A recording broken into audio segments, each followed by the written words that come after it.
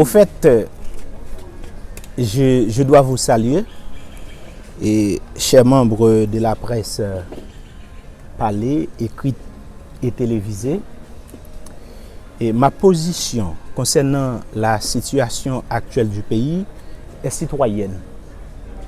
Et de plus, je fais partie d'une organisation qui répond sur le nom de collectif des chercheurs haïtiens et universitaires pour la démocratie et l'état des droits.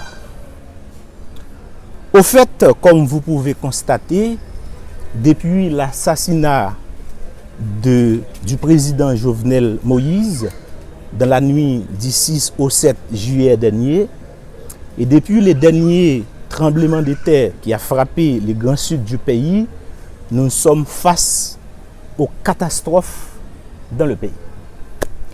Et lorsque je parle de catastrophes, je distingue deux catégories de catastrophes.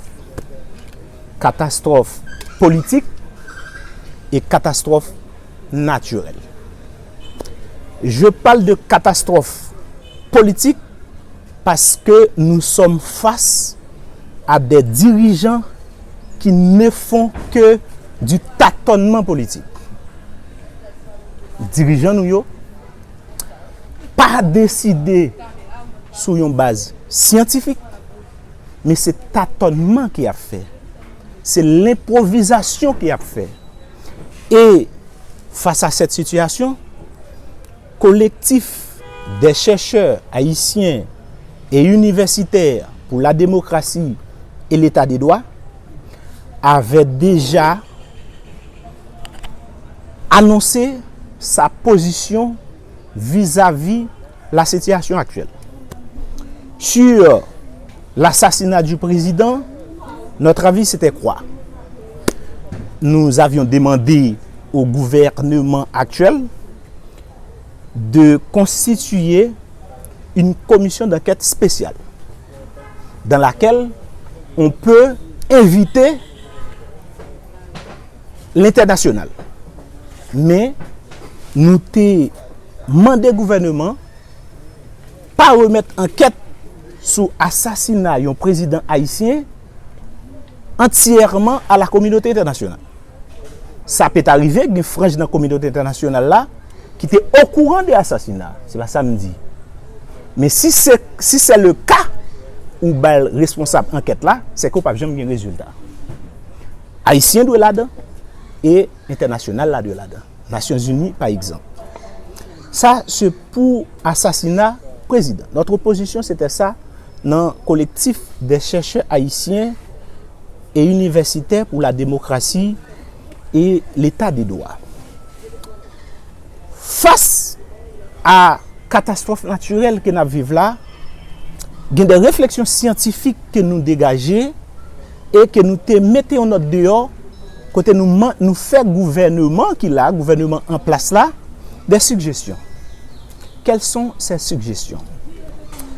Le fait qu'Haïti est un pays à haut risque sismique ne traduit pas une fatalité. Nous devrions travailler comme cadre, comme intellectuels, comme penseurs, comme dirigeants pour adapter le comportement de la population à notre milieu. Et pour ce faire, il faut d'abord remettre les décisions à l'université. Comment on va remettre décision à l'université?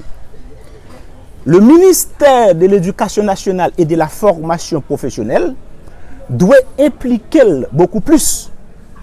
Et pour l'impliquer, comment on a fait ça? Il faut intégrer dans nos manuels scolaires, dans nos programmes éducatifs et dans nos cursus universitaires des modules de formation en gestion des risques et des catastrophes naturelles.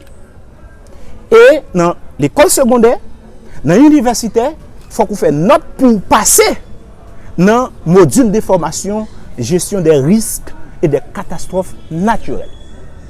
Ce n'est pas une fatalité si nous vivons dans un pays qui a haut risque. Le Mexique, le Japon et tant d'autres pays toujours un tremblement de terre, toujours une catastrophe naturelle. Mais par éducation que vous faites pour la population, vous adaptez le comportement à cette réalité.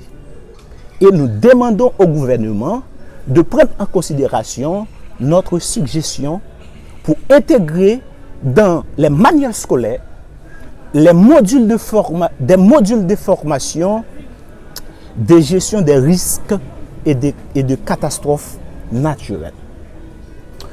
Concernant la situation globale du pays, nous ne savons pas pour l'instant si nous sommes dans une dictature, dans une anarchie, dans une voyocratie, dans une gangstérocratie. Dans qui ça nous est dans là? La seule chose que nous savons, nous sommes dans un chaos sans nom. Et pour sortir de ce boulier, de ce chaos sans nom dans lequel nous sommes aujourd'hui, il faut éviter obligatoirement la science. Toute action qu'on pourra poser là, si on pas faire appel à la science, à l'université, il n'y a pas de rien. Je dis non bagay. Journaliste, on connaît pile dans nous qui passent dans la faculté des droits, qui fait droit, qui fait économie, qui fait gestion. Pour une bonne route, on a besoin de bons gens ingénieurs. OK? Si on malade à l'hôpital, on a besoin de bons gens médecins pour soigner. Quel que soit ça on va faire, on a besoin de spécialistes là-dedans. Et puis pour diriger le pays, c'est amateur.